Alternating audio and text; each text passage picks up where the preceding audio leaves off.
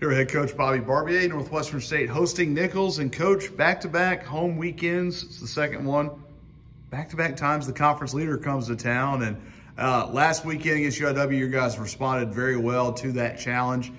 Chance to do it again 1 week later with Nicholls coming in. No doubt. Yeah, we get the first place team 2 weekends in a row. So it's good, you know. I mean, it's good competition. Mike's done a great job over there at Nicholls. They have really good players. Just beat LSU, you know, coming off a big win. It's going to be a good challenge for us. They have a similar to UIW. They have a really complete lineup. You know, they got right-handed hitters, left-handed hitters, old guys that have been there a while that give good at bats. So it'll be a nice challenge for our pitchers, and hopefully our offense kind of keep going. You know, they have a kind of a floating rotation a little bit, but hopefully we can keep going like we finished up last weekend.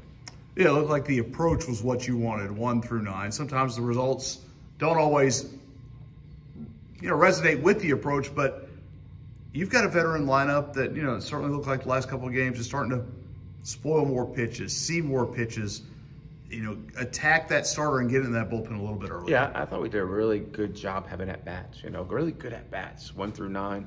Obviously, we got some power in there. We've hit some homers. Jeff got his last night, tie the record, which is really neat. Hopefully he can break that, a couple times on the way out here. But the power is there, which affects the starting pitch. It should at least affect the pitcher, and make him nibble a little more and do some things that he's not used to. But yeah, just giving good at bats, 1 through 9. Even yesterday's game, which got out of hand, but they threw a good on. The Saturday starter comes out, and he's 92, 94. We made him throw 34 pitches in the first inning. I know the rest of the game didn't work out the way we wanted to, but like against good arms, that's what you have to do. You got to do those things so you can get to them a little later in the game.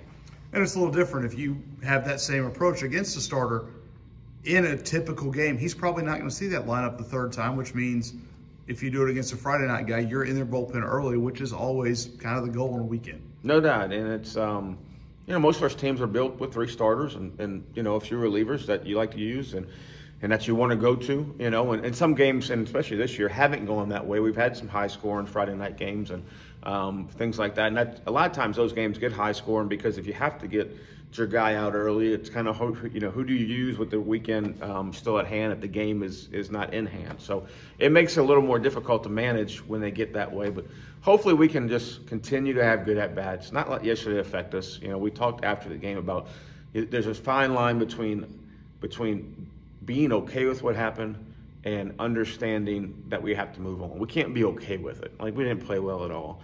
But at the same time, we have business to take care of this weekend. We got to move on from that game pretty quick.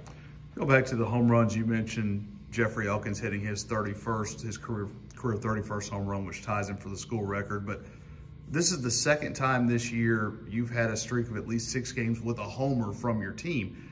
And it hasn't just been one guy. You've got 45 homers, but no one's got more than 7. And again, kind of speaking to that complete offense and that veteran offense that sometimes when those man muscles start coming in, ball starts flying a little bit more. Yeah, and I'd have never guessed it that we'd be doing that with the homers in our ballpark, but it's a product of a few things. A product of the work, the weight room work, product of work out there with Coach Bird all the time and the other assistant coaches. It's a product of sticking with it when it wasn't going as well early in the season, when we played in some conditions that weren't good for hitters. And then all of a sudden we have conditions that are good for hitters. And if you fold your tent and go home because you're not having a great year, well, then it doesn't come to fruition like it has now. So, yeah, I mean, we've never been a team that would rely on a homer. And I don't think we rely on it. Hopefully we don't rely on it, but it's nice to have in the arsenal. All right, Coach, thanks so much. Thank you.